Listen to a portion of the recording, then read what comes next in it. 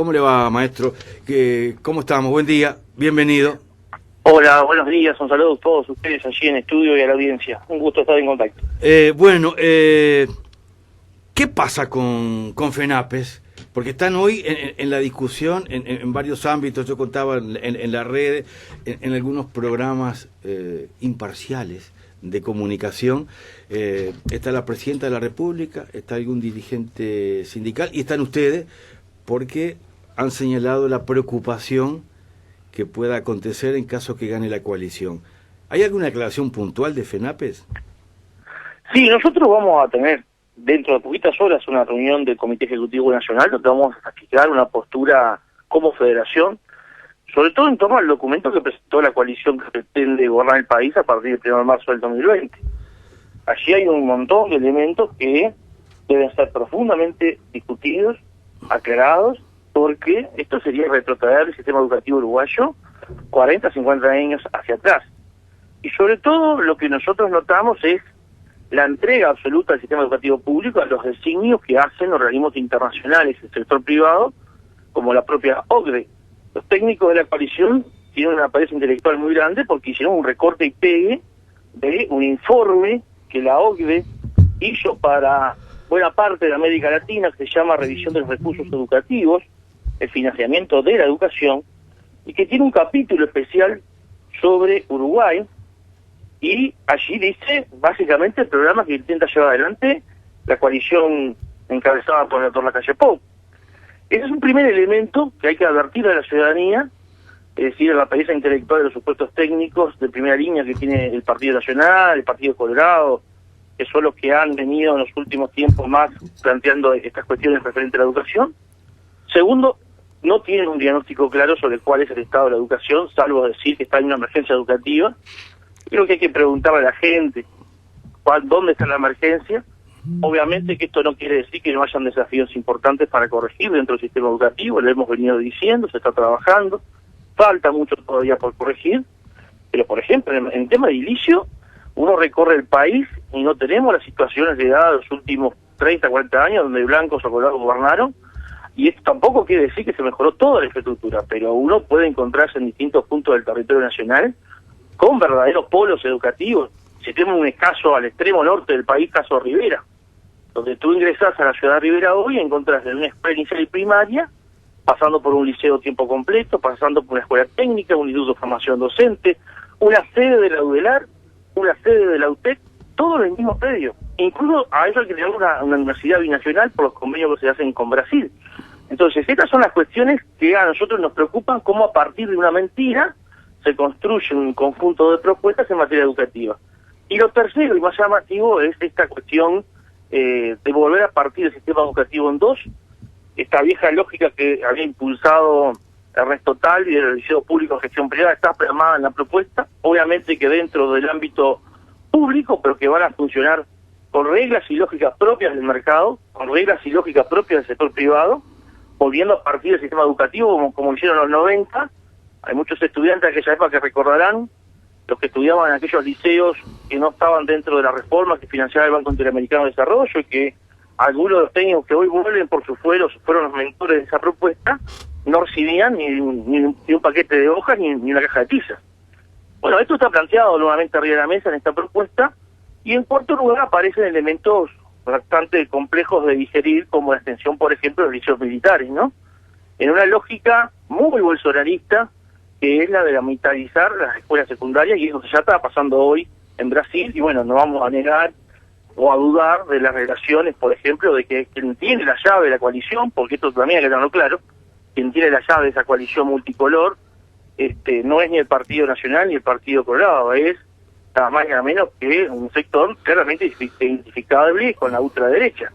Por lo tanto, estos son elementos que a nosotros nos preocupan, como también nos preocupan que no hay una sola línea escrita, por ejemplo, en torno al tema del financiamiento educativo y del presupuesto que la educación requiere, aunque esto sí lo podemos extraer de otra parte del documento donde se habla de la regla fiscal, que es nada más ni menos la misma política que aplicó Michel Temer al otro día que asumió, al otro día que habían concretado el golpe de Estado en contra de Dilma Rousseff y congeló el presupuesto del Estado en Brasil por 20 años. Olivera, yo confieso que nunca entendí para qué existe un liceo militar.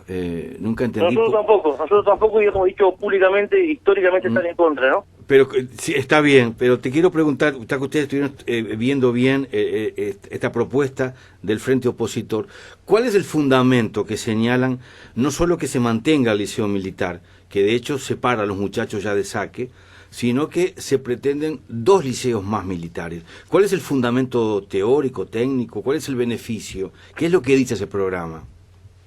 Bueno, está esbozado el documento que es público muy escuetamente, ¿no? No hay allí ningún fundamento, ninguna fundamentación, valga la redundancia, de por qué habría que adoptar un modelo de este tipo. Solo dice que habla de liceos de alta calidad y que logran buenos beneficios y retención. Bueno, está claro que cualquier institución que tiene un número tan exiguo de estudiantes como tiene el liceo militar en cualquiera de sus instituciones hoy, siempre tiene mejores condiciones para obtener mejores resultados. Para que eso sea parte de una política que habría que hacer extensiva a todos los centros educativos secundarios del país. Ahora, no hay muchos fundamentos en esta propuesta programática cuyo documento se dio a conocer en los últimos días, más que esta cuestión de que tiene un bachillerato de excelencia con buenos resultados en términos costo-beneficio y logra mucha retención. Nosotros estamos de acuerdo que ningún adolescente, ningún joven menor de 18 años debe recibir instrucción militar. Esto ha sido una defensa histórica que ha tomado la Federación, pero está claro que hoy estamos en un contexto muy particular. Yo recién mencionaba muy al pasar la militarización de las escuelas secundarias en varias ciudades de Brasil. Esto es un dato de la realidad. A ver, ¿cómo es eso? ¿Cómo funciona eso? Para entenderlo bien, Olivera. Y hay 2 modalidades. Una es en las Fuerzas Armadas, dirigiendo instituciones, y otra es poner al frente de la dirección de esas instituciones a elementos militares. Esto es bajo el pretexto de la enseñanza, la disciplina, la obediencia, el trabajo, la rectitud. Tiene un conjunto de elementos que a priori uno diría, bueno, no son elementos tan discutibles, pero que realmente lo que está trabajando allí es un componente muy fuerte de militarización de la sociedad desde las mentes, desde la formación de las futuras generaciones. No sé si me explico con esto. Sí, claramente. O sea, no es un tema solamente pragmático que hay que pensarlo en términos del hoy, sino que hay que verlo con una perspectiva mucho más amplia, que tiene que ver con la construcción de un nuevo relato, que tiene que ver con la construcción y dar herramientas para aquellos que van a jugar mañana un papel de represión en la sociedad, los elementos que tienen que tener para llevarlo a la práctica. Entonces, esta militarización hoy ya supera más de 35 escuelas secundarias en todo Brasil, donde, reitero, las 2 modalidades se están dando al mismo tiempo. Algunas son escuelas íntegramente llevadas a la práctica por elementos militares, y otras son elementos militares dirigiendo otras escuelas con personal docente no militar, etcétera, etcétera. Estoy recordando la propuesta de Trump de que los profesores vayan armados y que aprendan cursos de defensa. Sí, bueno, justamente esta era parte de las discusiones que nosotros teníamos en los últimos días previo al 27 de octubre con el caso de la reforma constitucional que promovía el senador Larrañaga, ¿no? Decíamos, sabemos cómo se comienzan estos procesos de militarización, de generación del miedo y demás. También, lamentablemente, en buena parte de América Latina sabemos cómo terminan. Y estas son las discusiones que hay que poner arriba de la mesa desde otro lugar. Nosotros creemos y estamos convencidos de que la convivencia en una sociedad se mejora a partir de otras políticas, de otras prácticas, como pueden ser, por ejemplo, las políticas culturales, mayor educación, mayor presencia del Estado en los territorios, a través de distintas instituciones y políticas. De hecho, hay ejemplos de esto que estamos diciendo. Yo siempre tomo el caso de la ciudad de Medellín, donde allí la alcaldía, en una sociedad altamente caracterizada por la violencia, tomó un conjunto de políticas públicas, desde recuperación del espacio público, presencia permanente del Estado a través de distintas instituciones políticas, y mejoró notablemente las pautas de convivencia. Bueno, de eso un poco se trata. Claro, cuesta un poco más, hay que poner más ingenio, y siempre están los que apelan rápidamente al concepto de la represión en sus distintas formas para solucionar estos problemas que son más de fondo, más estructurales, ¿no? ¿Y cuál es la instancia donde el candidato a la presidencia por el frente opositor plantea que los docentes no van a tener voto, sí van a tener voz, que en principio el Partido Colorado acompañaba esta iniciativa de que tuvieran voz y voto, y ahora Talvi dijo que con que tengan voz alcanza? Bueno, son producto de los acuerdos de esa coalición, ¿no? En realidad lo que es extraño es que no dicen por qué. no dicen por qué se llega a este extremo cuando el Partido Colorado y el Partido Nacional compitieron siempre por estos cargos. Eso sí es bueno recordarlo, Alberto, porque nos parece que es la demagogia llevada y expresada en términos políticos. Mira, en el 2010, cuando se produjo la primera elección de estos cargos en el Codicen de la ANEP y los Consejos de Educación, el doctor Robert Silva encabezó una coalición blanca y colorada que lo llevaba ahí como primer candidato al Codicen de la ANEP.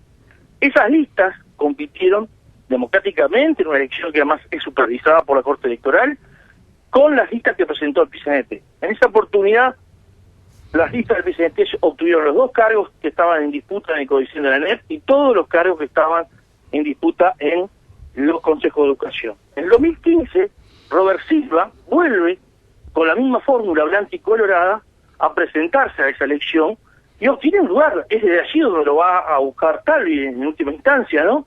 Es decir, blancos y colorados desde la aprobación de la ley para acá han compartido, y ese criterio no solamente lo han compartido, lo han convalidado compitiendo electoralmente y ocupando uno de esos cargos. Ahora, se dice hay que sacarle el voto, no se dice por qué hay que sacarle el voto, ¿verdad? Porque en realidad lo que se parte es de un conjunto, en esto queda muy claro en el programa explícito del Partido Nacional. Cuando el Partido Nacional dice por qué hay que incluir algunas modificaciones a la ley de educación en una supuesta ley de urgente consideración, parte de 2 falsedades brutales desde el punto de vista del derecho y desde el punto de vista democrático republicano. Parte del concepto de que la ley de educación contiene inconstitucionalidades, esto es textual lo que estoy citando del programa del Partido Nacional, y la pregunta que hay que hacer sencilla es cuántos recursos de inconstitucionalidad presentó ante la Suprema Corte de Justicia, que es la única que puede determinar que una norma es inconstitucional en todo o en parte, había presentado el Partido Nacional.